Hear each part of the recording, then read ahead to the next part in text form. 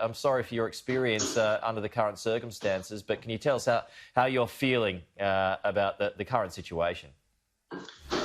Oh, look, it's been a pretty tough week for everybody. I think everyone's a bit numb and a bit in shock that our friend can go missing in foreign waters and with no trace.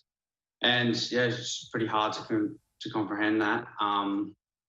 And then the news that the search has been downgraded to routine checks from the coastguard is pretty disappointing. But I will say that I definitely commend the Japanese coastguard for everything that they have done. They've done an awesome job already. And yeah, if we can get them back up and going through doing media talks like this, then that's the best outcome. The best outcome, but that's an outcome. Yeah, I mean, as you just heard there, Tom, that I guess there is a hope that maybe he might have got to a lifeboat or some kind of raft. Is that your hope at the moment? Obviously, you know, it would be.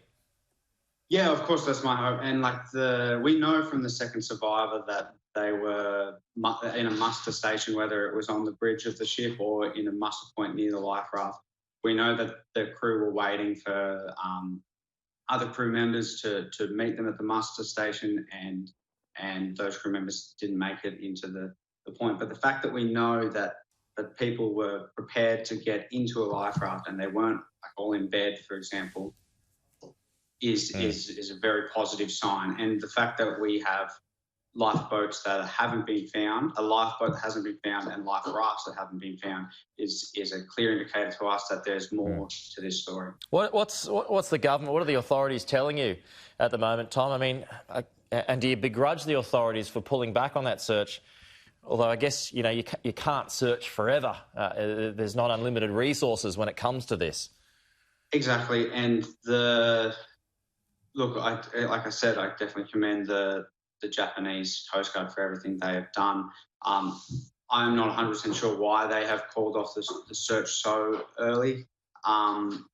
If it is a resource issue, whether it's financial or equipment, I believe that our government definitely has a responsibility there to recognise that we have two citizens in a potential life-threatening situation, and we should be doing everything we can to get them back. And if that means allocating resources to the Japanese Coast Guard, then that's 100% what I believe that the Australian government should be doing. What sort of a bloke is Will, Tom?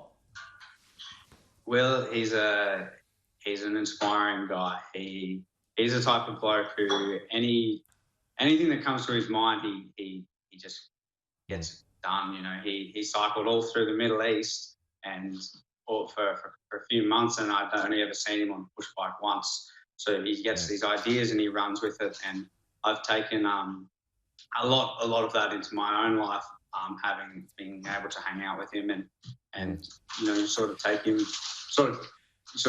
take someone like that for granted when they're in your life, and definitely missing him a lot. And want him back. No doubt praying for a miracle, and I hope that comes true. Tom, appreciate your time this morning. Thanks for joining us. Thank you. Just before you let me go, I just want to plug that there's a petition to get people involved, and if you would like to see the petition, you can find the hashtag at #FindMyMate and #BringThemHome. And we're praying for Will and praying for Lukas Orda to get home, and my love to Lukas Orda's family. Okay.